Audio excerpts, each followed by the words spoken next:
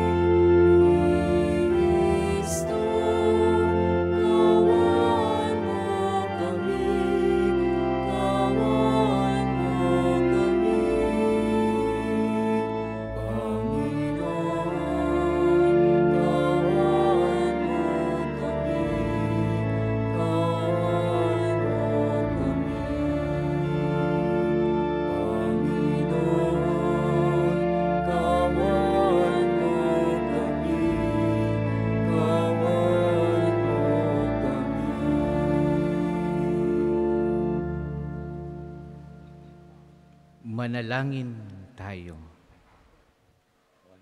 Ama naming makapangyarihan, kaming mga tinubos mo at kinupkop, ay tunghayan mo ngayon sa iyong kagandahang loob upang sa pagsampalataya sa anak mong si Kristo, makamtan ang kalayaan at pamana sa piling mo sa pamagitan niya kasama ng Espiritu Santo magpasawalang hanggan. Amen.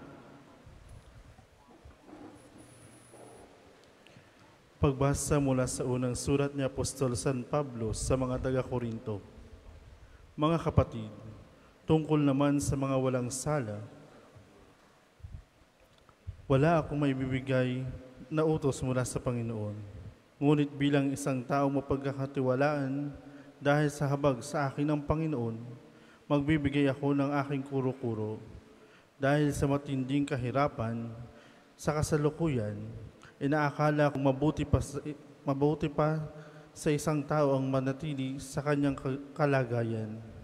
Ikaw ay may asawa na, huwag kang makipaghiwalay. Wala ka pa bang asawa, huwag kang hangaring magkaasawa. Kung ikaw ay mag-asawa, hindi ka nagkakasala. At kung ang isang dalaga ay mag-asawa, hindi siya nagkakasala. Ngunit magdaranas sila ng mga kahirapan sa buhay na ito. At iyan ang ibig kong maiwasan ninyo. Ito ang ibig kong sabihin, mga kapatid. Malapit na ang takdang panahon, kaya't mula ngayon, ang may asawa'y mamumuhay na parang walang asawa.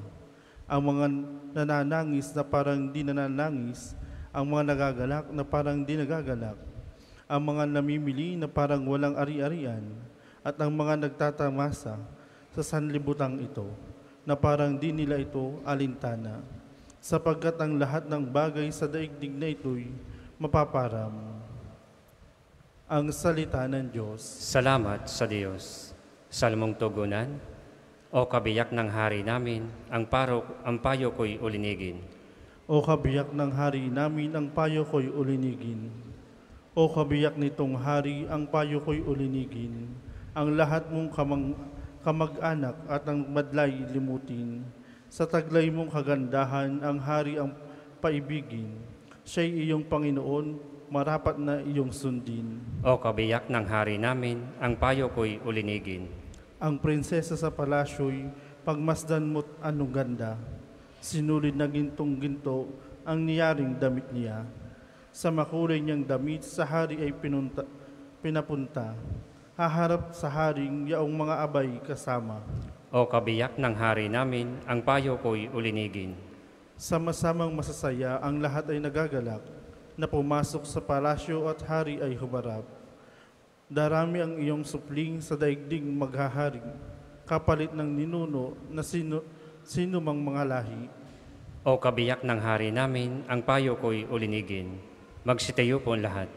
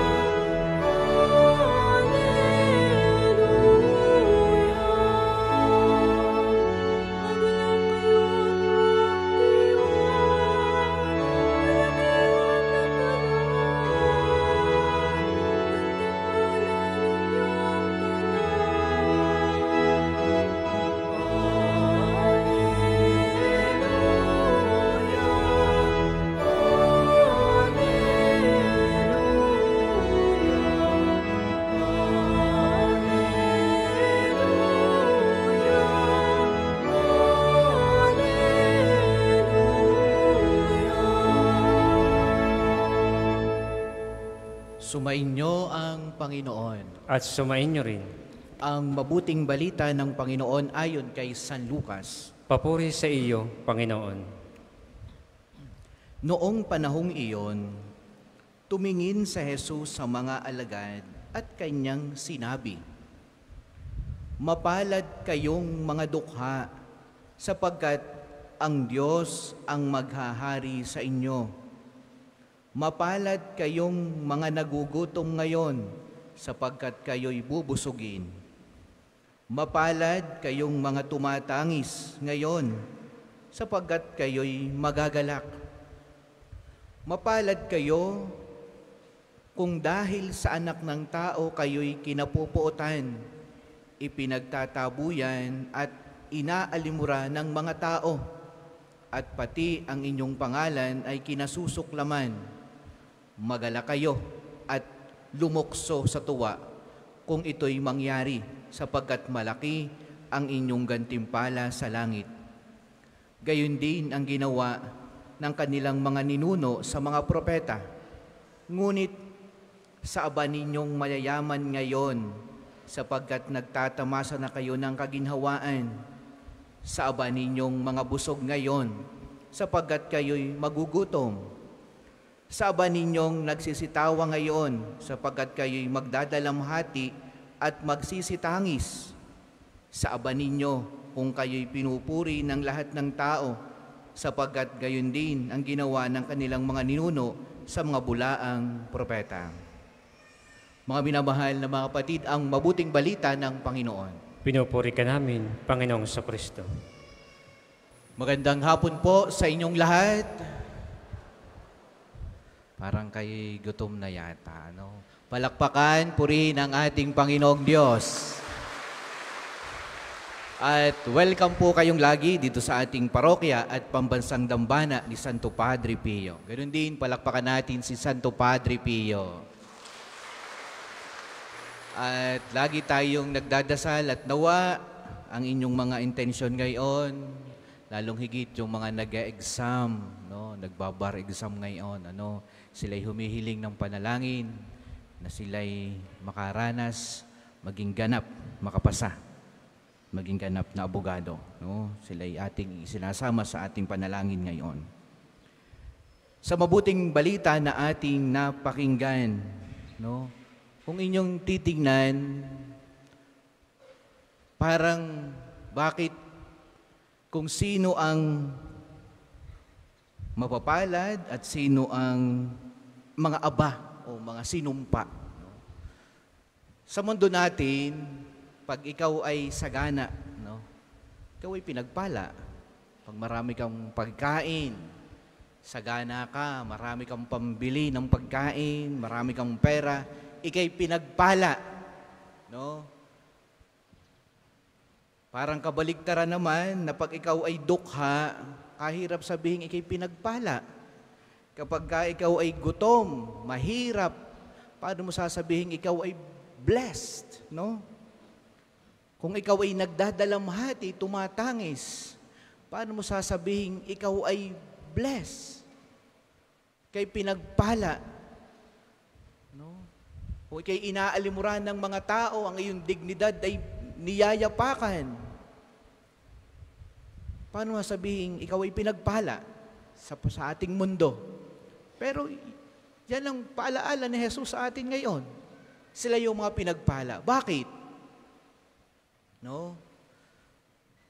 Sa ating karanasan bilang tao, no, kapag ka ikaw ay walang-wala, may karamdaman, ikaw ay nagdadalamhati o kaya ikaw ay may mga matinding pinagdaanan sa buhay,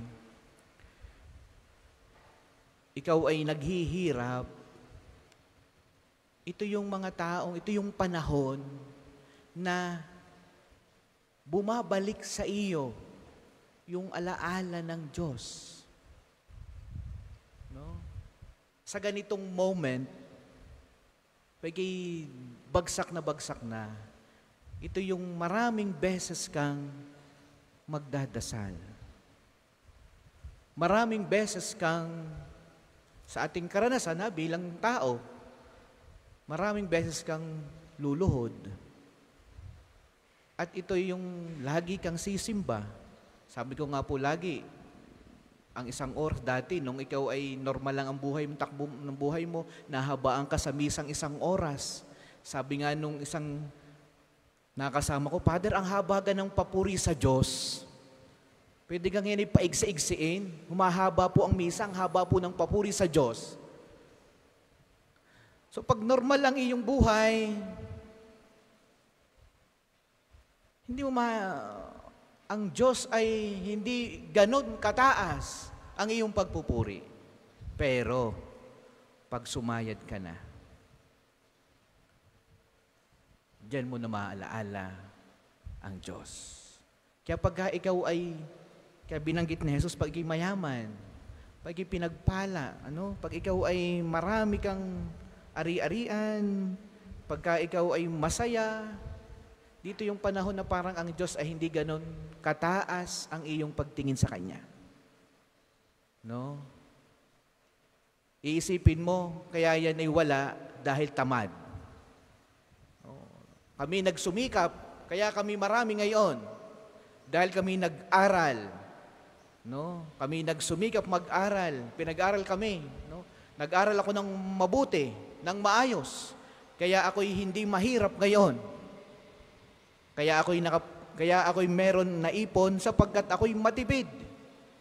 Hindi ko inaksaya ang aking kung anong meron ako. Nakakalimutan ng Diyos. Pero sabi ni Jesus, sa aba ninyo. Sa aba ninyo. No? Parang yan ay sumpa. No? Kaya mga minamahal na mga kapatid, naway wag na tayong dumating sa punto na tayo ay, kung kailan, dapat pag tayo kung meron, magpasalamat tayo sa biyaya ng Diyos. Lagi nating i-acknowledge ang Diyos.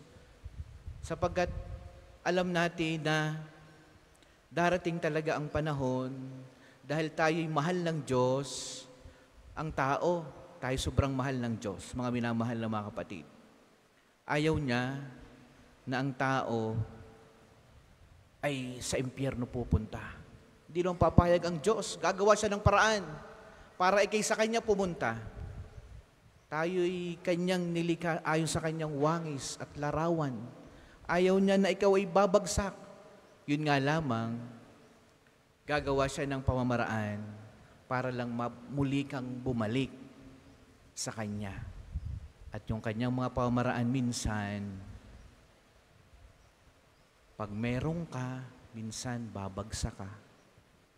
Pag minsan malusog na malusog ka, Minsan magugulat ka, may tatama sa iyong hindi mo inaasahan. Kaya ngayong habang tayo'y maayos, magandang takbo ng buhay, lagi niyong i-acknowledge ang Diyos. Na ang lahat ng kung anong meron ka, yan ay galing sa Diyos. Tingnan niyo sa unang pagbasa. Sabi, ang lahat ay mawawala. Kahit gaano kasayang inyong pagsasamang mag-asawa, kahit na anumang naipundar nyo, kahit na ano ang lahat lilipas, lahat mawawala. Kaya ang pahalagahan ay ang buhay sa kabila. Pahalagahan ang kaluluwa. Para po sa mga maghahandog ng sobre, pakihulog na lang po sa buslo.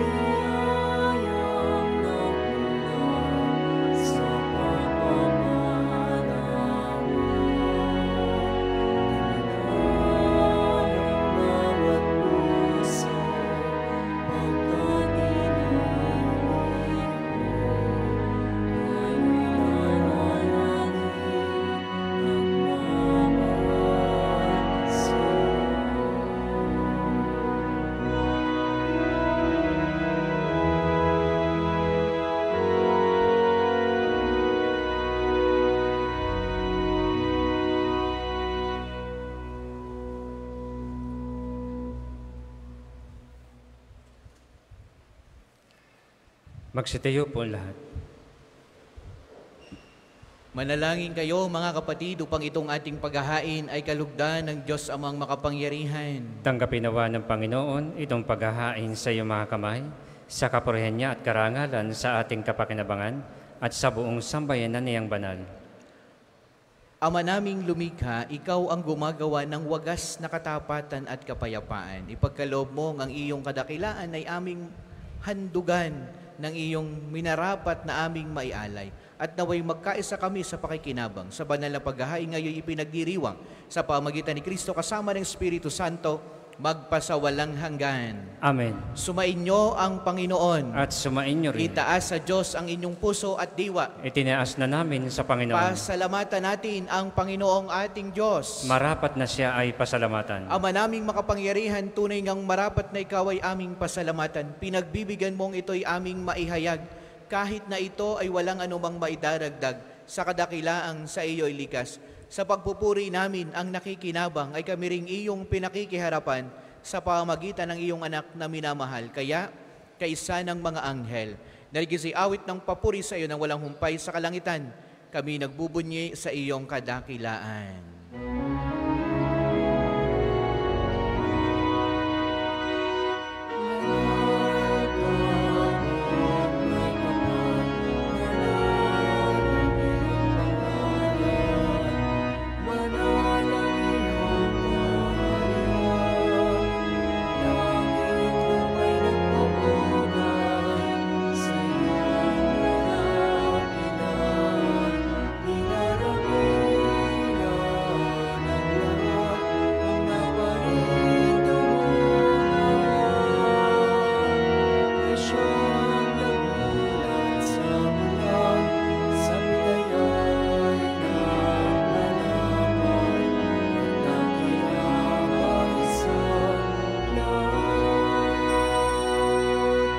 Kung hindi po kayang lumuhod, manatili pong nakatayo ng may paggalang. Ama naming banal, ikaw ang bukal ng lahat ng kabanalan. Kaya't sa pamamagitan ng iyong Espiritu, gawin mong banal ang kaloob na ito, upang para sa amin ay maging katawan at dugo ng aming Panginoong Heso Kristo. Bago niya pinagtiis ang kusang loob na maging handog, hinawakan niya ang tinapay, pinasalamatan kaniya, pinagati-hati niya iyon, iniabot sa kanyang mga alagad at sinabi, tanggapin ninyong lahat ito at kanin, ito ang aking katawan na ihahandog para sa inyo.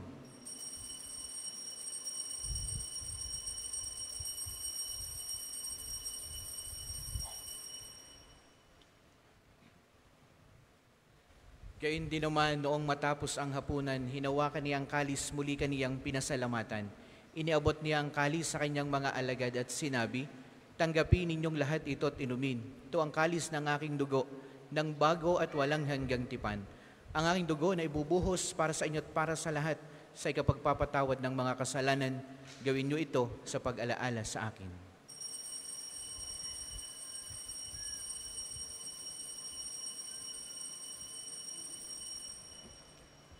Manatili po tayong nakaluhod. Ipagbunyi natin ang misteryo ng pananampalataya.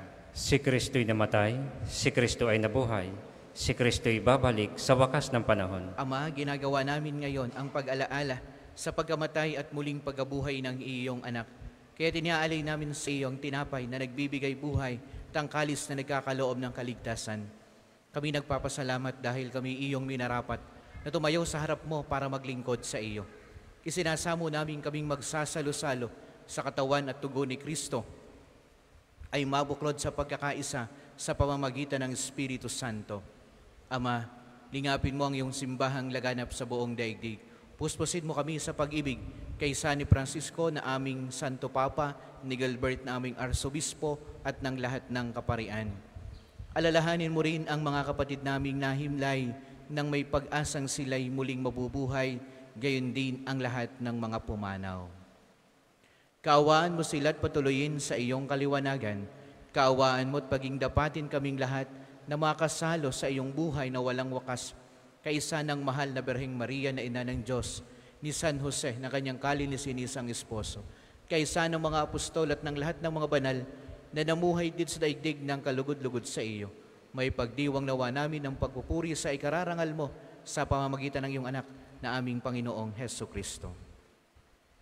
Sa pamamagitan ni Kristo, kasama niya at sa Kanya, ang lahat ng parangal at papuri ay sa iyo, Diyos amang makapangyarihan, kasama ng Espiritu Santo, magpasawalang hanggan.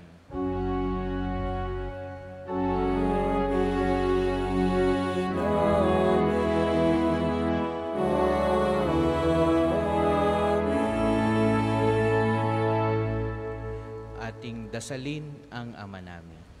Ama namin, Sumasalangit ka, sambahin ang ngalan mo, mapasa amin ang kaharian mo, sundin ang loob mo dito sa lupa para nang sa langit.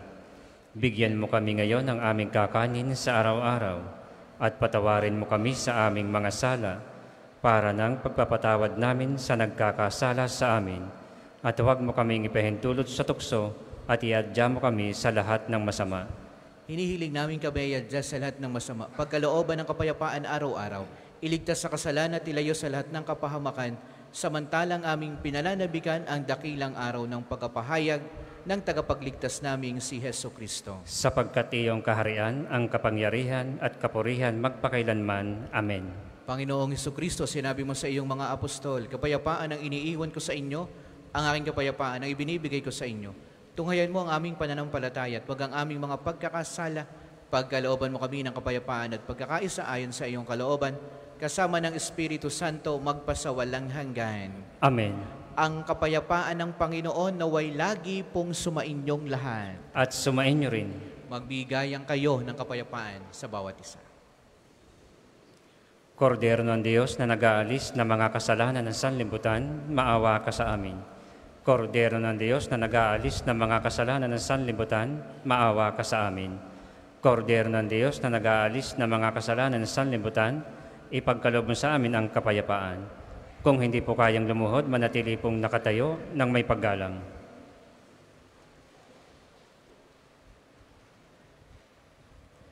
Mga minamahal na mga kapatid, narito ang ating Panginoon, ang Kordero ng Diyos na nag-aalis ng kasalanan ng sanlibutan. Mapalad ang inaanyayahan sa banal na piging na ito. Panginoon, hindi ako karapat-dapat na magpatuloy sa iyo, ngunit sa isang salita mo lamang ay gagaling na ako.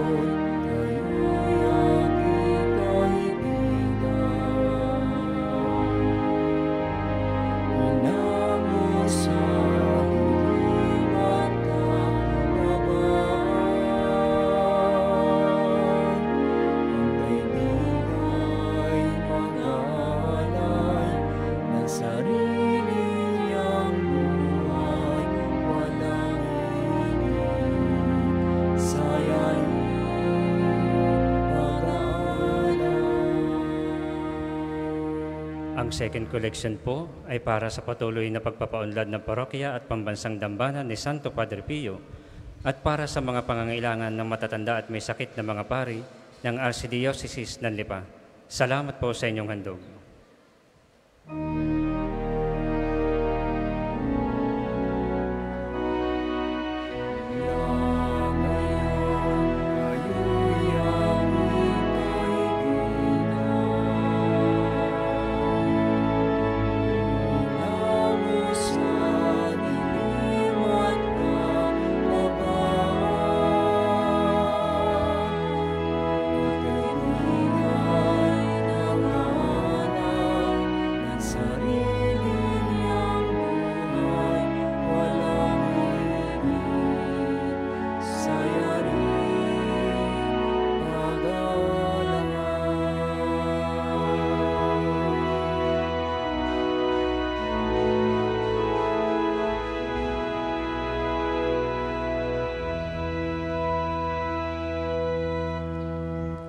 Magsitayo po lahat.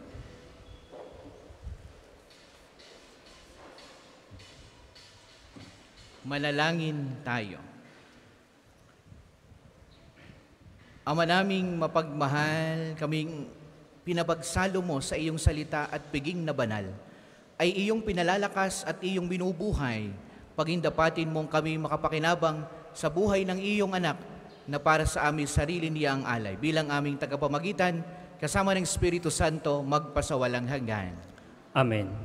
Panalangin ng pagtitiwala kay Santo Padre Pio. Padre Pio, taga Pietrelcina, mongheng banal, pintakasing santo ng milenyong kasalukuyan, gabay namin sa pagtahak sa landasing makalangit, takbuhan sa pangangailangan, huwaran ng pagtitiis. Sa iyo namin inilalapit aming mga kagipitan, sa iyo po ibinibilin kalusugan at kabuhayan. Banggitin ng tahimik ang mga personal na kahilingan.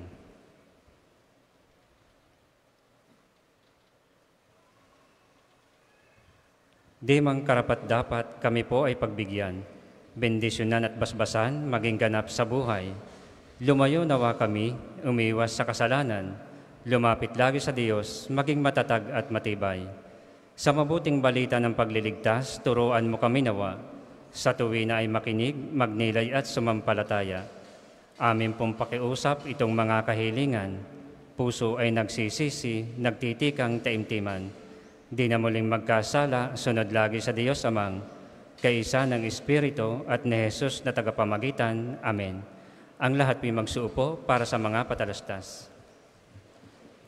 Una, sa inyong pagdalaw sa pambansang dambana, mangyaring pakaingatan ang inyong mga personal na gamit. Hangad namin ang isang matiwasay at maayos na pagbisita sa National Shrine. Ikalawa, nais po naming ipagbigay alam sa inyo na ang Padre Pio Healing Bundle ay available sa ating mga tindahan.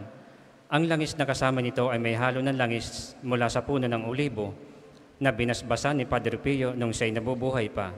Naway magindaan ang ating healing bundle sa pagkakamit ng kagalingang mula sa Diyos. Ikatlo, bahagi ng mga gawain sa pagdiriwang ng kapistahan ni Santo Padre Pio, tayo po ay mayroon ng pre-medical consultation dito sa Pambansang Dambana sa pangunguna ng UST Medical Alumni Association ngayong darating na September 15. Kami po ay nag-aanyaya sa mga nais magpakonsulta sa mga doktor ng pedia, family med, surgical, OB-GYN, derma at ENT. Ito po ay bukas sa kahit anong edad. Mangyaring magtungo sa opisina ng Pambansang Dambana upang magpalista hanggang September 13 lamang. Ikalima, sa darating na January 2025 ay susuportahan ng Pambansang Dambana ang gaganaping 129 Plenary Assembly ng Catholic Bishop Conference of the Philippines o CBCP dito sa Archdiocese ng Lipa. Bahagi ng paghahanda para sa mahalagang pagdiriwang na ito ng mga obispo ng Pilipinas, kami po ay kumakatok sa inyong mabubuting puso upang matugunan ang mga pinansyal na pangangailangan. Mayroon pong mga sobre na pinamimigay ang ating mga tagapaglingkod para sa inyong mga handog na lubos nating pasasalamatan. Ang inyong tulong at panalangin ay malaking bahagi sa pagtatungumbay ng pagpupulong na ito. Maraming salamat po. Ang susunod pong misa ay sa ganap na 2 ng hapon. Maraming salamat po at mangyaring panatilihin natin ang kalinisan, katahimikan at diwa ng pananalangin sa loob at labas ng ating mga simbahan. Magsitayo po ang lahat para sa pagbabasbas ng religious articles. Mga kapatid, manalangin tayo sa Diyos amang makapangyarihan upang tayo maging kawangis ni Kristo sa taimtim na pagdalangin sa tulong ng mga larawan at mga dasalan. Yung hawakan ang inyong mga pabebendisyonan. O Panginoong Diyos, Ikaw ang bukal ng lahat ng pagkapala at biyaya. Ibuhos mo ang iyong bendisyon sa mga gamit na ito sa pananalangin na nagpapaalaala ng iyong kabutihan, kabanal at pagmamahal sa amin upang ang lahat ng dumulog at magdasal gamit ang mga ito ay magtamo ng iyong awa at biyaya. Loobin mong tularan nawa nila ang kabanal at aral ng Panginoon at ng mga santo magpasawalang hanggan. Amen. Ama namin, sumasalangit ka, sambahin ang ngalan mo. Mapasa amin ang kaharian mo. Sundin ang loob mo dito sa lupa para nang sa langit. Bigyan mo kami ngayon ng aming kakanin sa araw-araw at patawarin mo kami sa aming mga sala para nang pagpapatawad namin sa nagkakasala sa amin. At huwag mo kaming ipahintulot sa tukso at iadya mo kami sa lahat na masama. Amen. Aba, Ginoong Maria, napupunaw ka ng grasya. Ang Panginoong Diyos ay sumasa iyo. Bukod kang pinagpala sa babaeng lahat at pinagpala naman ang iyong anak na si Jesus. Santa Maria, Ina ng Diyos, ipanalangin mo kaming makasalanan, ngayon at kung kami mamamatay. Amen.